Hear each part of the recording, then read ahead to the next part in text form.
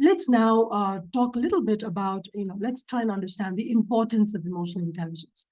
By now, you've already sort of gauged as to how important emotional intelligence is in our day-to-day life, right?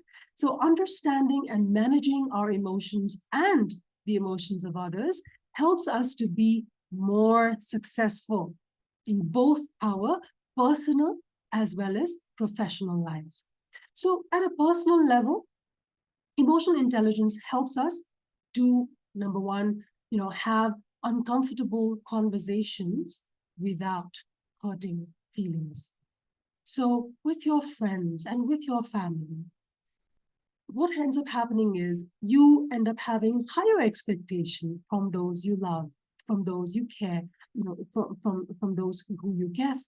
So what happens is there comes a time when there will be maybe, misunderstandings or heated arguments, so on and so forth. So when this happens, like let's say, for example, your sibling is angry at you for some reason. So again, remember mirroring. We always think that the right response would be to mirror. So if this person shouts, then I shout back, because remember I mentioned that we have limited energy. So what ends up happening in effect is actually that when someone shouts at you, actually what happens is your energy is being taken away by that person. So the other person, so when you decide to shout back, that is your attempt to take back that energy that was snatched from you, right? So that is why the mirroring in a way takes place. But emotional intelligence tells us that we are able to think. We don't have to be controlled by our emotions. In fact, we can control our emotions. So to be able to think and act. And, I normally talk about a level which I call a balanced zone. And under the balanced zone, imagine a line, which is, let's say, a 0, right? Under that is minus, right? Which is negative. So negative zone. And above 0 is positive, which is what I like to call it a positive zone. So normally what happens is that when someone yells, let's say you are in the balance zone. You are neither negative nor are you positive, you are neutral.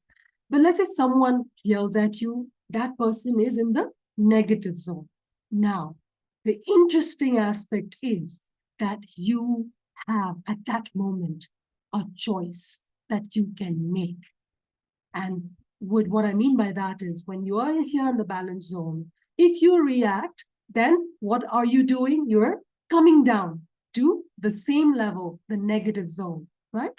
But imagine if you are in the neutral zone and you decide not to react, you decide to think and then act, then, and emotional intelligence also talks about, remember, influencing the emotions of others. So imagine you have the power to help this person, this individual, to actually come up to the balance zone where you were, right?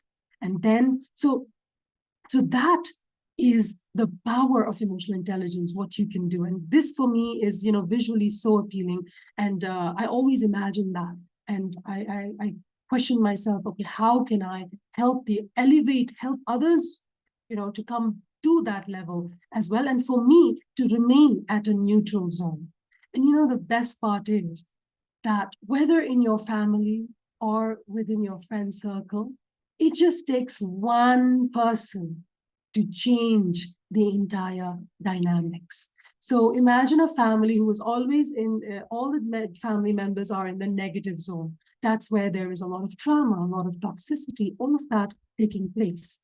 The question I have for each and every one of you is, do you want to be that one person who will be able to influence and work on your own emotions and become emotionally intelligent, and also help the other person to elevate to the neutral zone and the positive zone?